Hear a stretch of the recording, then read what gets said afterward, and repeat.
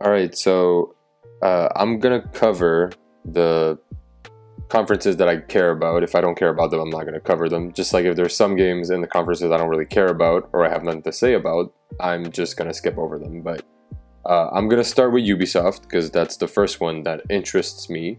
That was shown off at E3. So let's just start, I guess.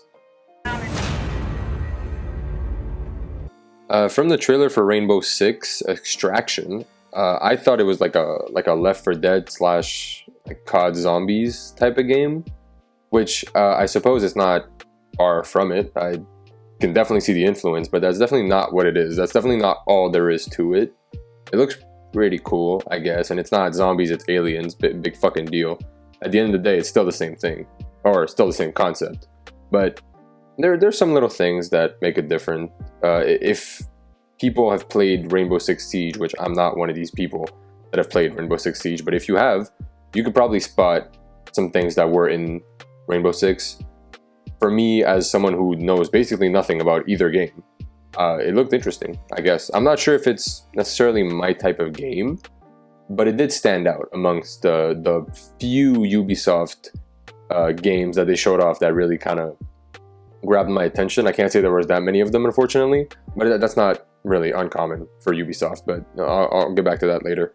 They also mentioned a thing about losing operators. Just like in Rainbow Six Siege, apparently in Extraction you have operators, so characters you can play as. And apparently if you lose one, you have to like launch missions to get them back, which sounds like a cool concept. I don't know how the execution is going to be, because it could just be annoying to, like, if you have a favorite character or if you have just a character that you main, quote unquote. I'm not sure if that's how Rainbow Six works, but if there's a character that you prefer to play as but you literally can't because you have to get them back first. I don't know if you guys know what I mean, but it's a weird but interesting concept. I just need to see it in action before I can really give my real opinion, I guess. They also showed off Rocksmith Plus, which is literally just Rock Band and guitar lessons in one, which that's about it, I guess. And there's also the fact that it's subscription based, which it means it's kind of more of a service than a game. I guess it's a service with a game inside of it. It's just kind of weird. I don't have much to say about it, but it was kind of weird. Cool if you want to learn the guitar. They also showed off Riders Republic. I don't know if I don't think it was revealed here. I'm pretty sure it was revealed before, but there just wasn't as much gameplay, I'm guessing. It actually looks really fun. I'm not sure. I can't really think of many games that are like this, that have like an assortment of sports that aren't necessarily super popular in the gaming scene, other than maybe like snowboarding. And I'm really just thinking of like SSX, or I think Steep. I think Steep lets you snowboard. I may be wrong about that, but there's like biking, there's, like I said, snowboarding, there's even skiing. It like shows up real quick in the trailer, but there is skiing.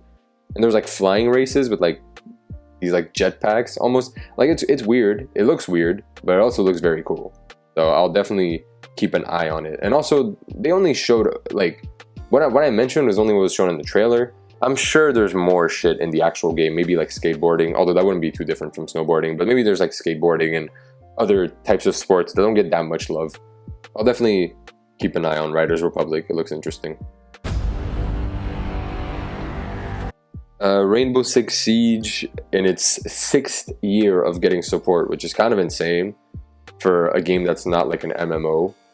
I personally never cared about the Rainbow Six Siege that much. It's one of those games I prefer to look at rather than actually play, probably because I'm fucking trash.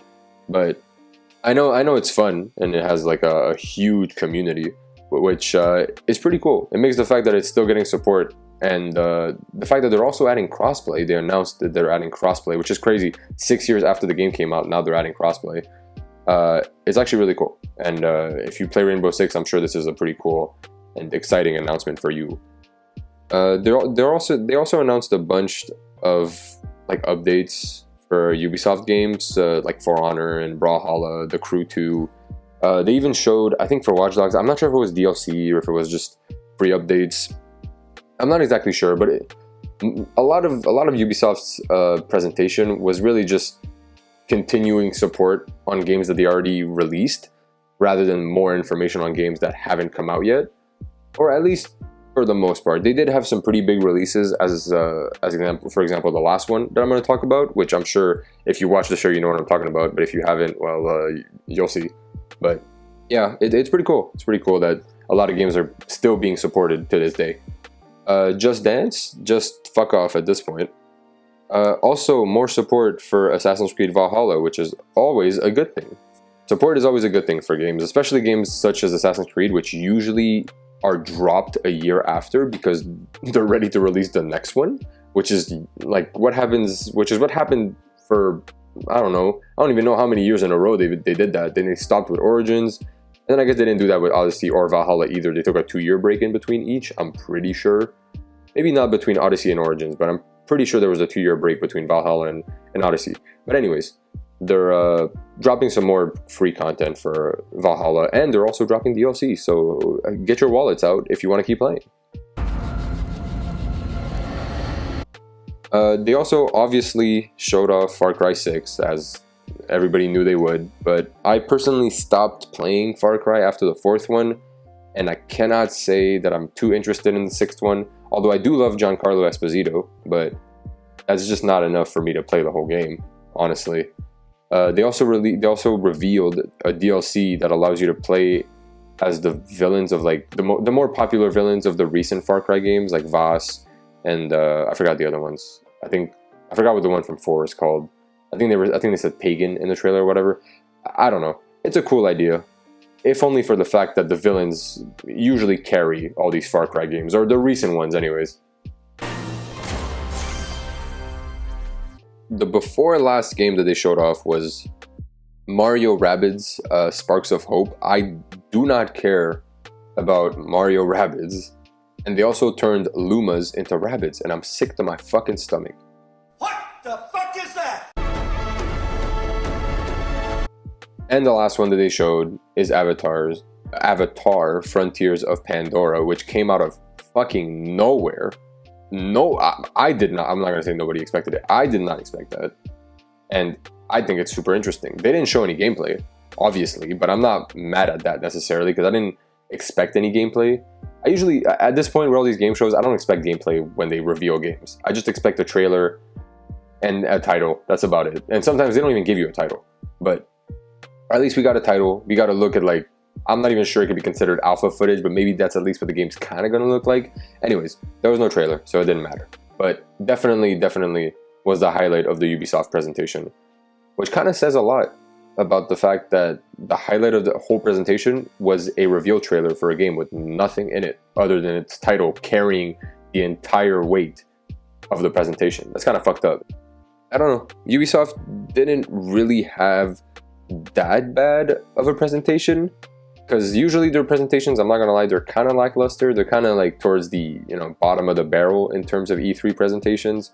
But honestly, this one wasn't that bad. Like, if only for the fact that they showed off Riders Republic, Avatar, and Rainbow Six Extraction, which are actually games that stood out to me. And I can't remember the last time I watched a Ubisoft presentation and 3 games stood out. So props to them, I guess.